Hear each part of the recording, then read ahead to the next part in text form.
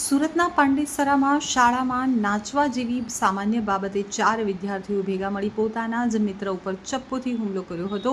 પોલીસે આ અંગે ગુનો નોંધી તપાસ શરૂ કરી છે. ઘટનાની મળતી માહિતી અનુસાર પાંડેસરાની એક શાળામાં વિદ્યાર્થીઓ વચ્ચે ડાન્સ કરવા જેવી બાબતે બોલાચાલી થઈ હતી. જો કે આ વિવાદ એટલો વકર્યો કે 4 વિદ્યાર્થીઓએ ઉશ્કેરાઈ જઈ અને તેમના જ સાથી મિત્ર ઉપર ચપ્પુ વડે હુમલો કરી દીધો હતો.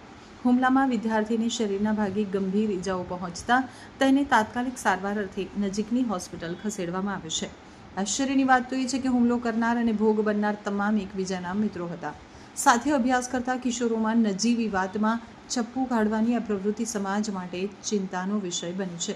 બનાવની જાણ થતાં જ પાંડેસરા પોલીસ કાફલો ઘટના સ્થળે દોડી ગયો હતો.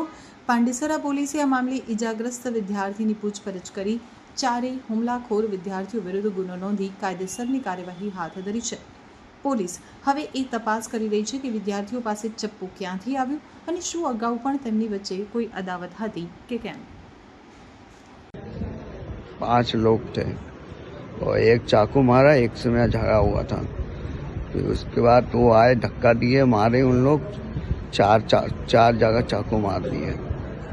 मारने में कितने लोग थे? 5. और उसमें से कितने लोग मारे थे चाकू? एक में और वो तीनों चारों मार रहे थे. निखिल, तो चाकू किसके हाथ से लगा? मोहित के. मोहित के हाथ से. और झगड़ा किससे हुआ था? उससे. दीवार से. हाँ, झगड़ा किसका था? जगह मेरा ही था. मैं जा रहा था, आके धक्का दिया और गाली दिया. बोला गाली क्या दे रहा है, तो वहाँ पर धक्का दिया. फिर मैं भी धक्का दे दिया. तो वहाँ से बोलता है आज तो मारूंगा. फिर सर आगे निहन सर के छोटे भाई उसको ऑफिस ले जाए, मारे. फिर वो जाते समय में वो बोला तुम बाहर मिल, बताता हूँ. मैं सोचा ऐसे ही बोला होगा. बाहर गया, पकड़ लिए इन लोग. पहले बोलते वो बोले क्या करना है देखो. मैं बोला मैं जा रहा हूँ घर पर. बोलते रुक कभी तो बताता हूँ. उसमें मारा, मैं भी मार दिया. उसमें मारा पीटी हुई. तो ये करके आया, चाकू मार दिया. चाकू जो मारा वो नाम? उसको वो है मोहित का भाई है. मोहित का भाई. हाँ. માર્ચ 2026ના રોજ પાંડેસરાના ગેલેક્સી આર્મી ઇન્ટરનેશનલ સ્કૂલ છે તેની બહારના ભાગે વિદ્યાર્થીઓ વચ્ચે ઝઘડો થયેલો, જેમાં એક વિદ્યાર્થી અને 4 વિદ્યાર્થીઓએ ભેગા થઈ અને એક છરી મારેલી. અને જેના અનુસંધાને ભોગ બનનાર વિદ્યાર્થીના પિતાજી રામ ગગનજીએ પાંડેસરા પોલીસ સ્ટેશનમાં ફરિયાદ નોંધાવેલી અને એ ફરિયાદના આધારે પાંડેસરા પોલીસ સ્ટેશને ગુનો દાખલ કરી અને આગળની તપાસ ચાલુ કરેલી છે. અને આ બાબતે કાયદાના સંઘર્ષમાં આવેલ 4 બાળ કિશોરોને અટકાયતમાં લેવામાં આવ્યા છે, ડિટેન કરવામાં આવેલા છે.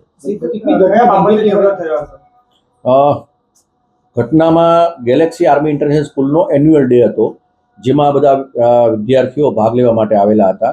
અને એમાં ડાન્સ કરવાની બાબતમાં વિદ્યાર્થી વચ્ચે માથાકૂટ થયેલી અને એ માથાકૂટના આધારે સ્કૂલની બહાર નીકળી અને આ હુમલો થયેલો છે. સર પેલી ગંભીર ઘટના કહેવાય જે રીતે આખું સામે આવ્યું છે, બાળકો ચાકુ લઈને આવ્યું. પ્રાથમિક ઇન્કવાયરીમાં મારી એટલું જાણવા મળેલું છે કે એક જે બાળ કિશોર છે એણે 6 મહિના પહેલા જે છરી છે એ ઓનલાઈન મંગાવેલી, ખરીદ કરેલી છે. અને એ જે વિદ્યાર્થી જે બાળક છે એ સ્કૂલમાં નથી ભણતો. એના મિત્રએ જેને માથાકૂટ થયેલી એ મિત્રએ એને ફોન કરી તાત્કાલિક બોલે કે આ રીતે મારો ઝઘડો થયો છે અને તું મદદમાં આવે, એટલે ત્યાં આવેલો. અને સર પ્રાથમિક તપાસમાં અત્યારે આગળ કઈ રીતે તપાસ થઈ શકે છે?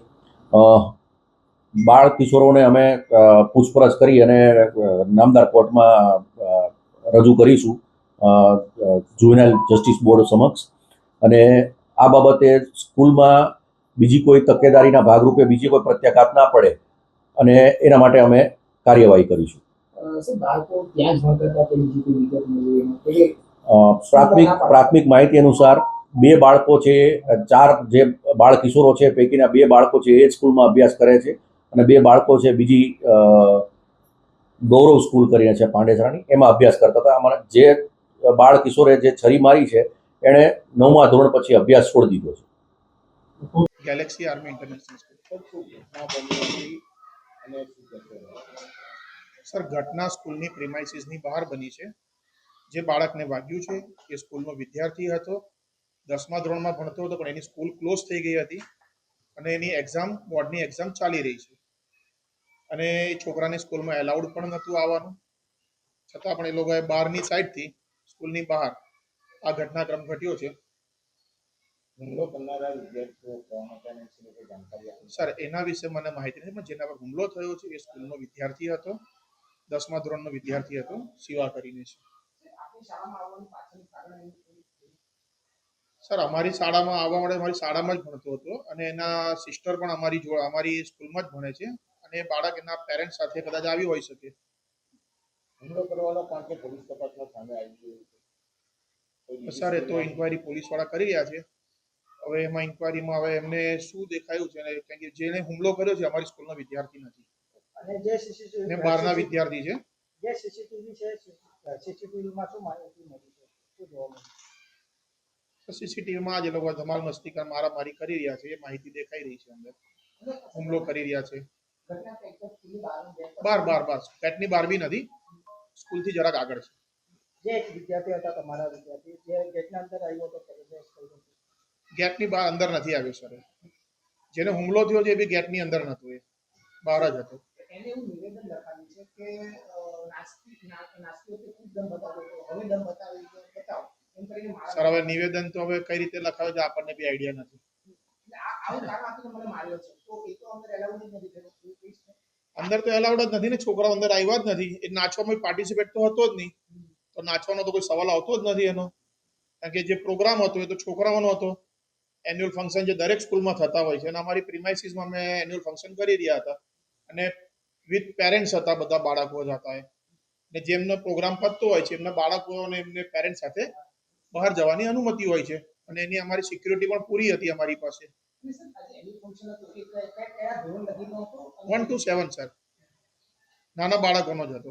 સર આ પ્રકારની ઘટના આપણો વિદ્યાર્થી છે અને કેટલી ગંભીર ઘટના કહેવાય ને આવા રોકવી જોઈએ. સર આ વસ્તુ તો થવી જ ના જોઈએ. સૌથી પહેલી વાત તો એ છે, આ વસ્તુ બહુ જ ખરાબ કહેવાય છે સમાજ માટે પણ ને આપણા માટે પણ.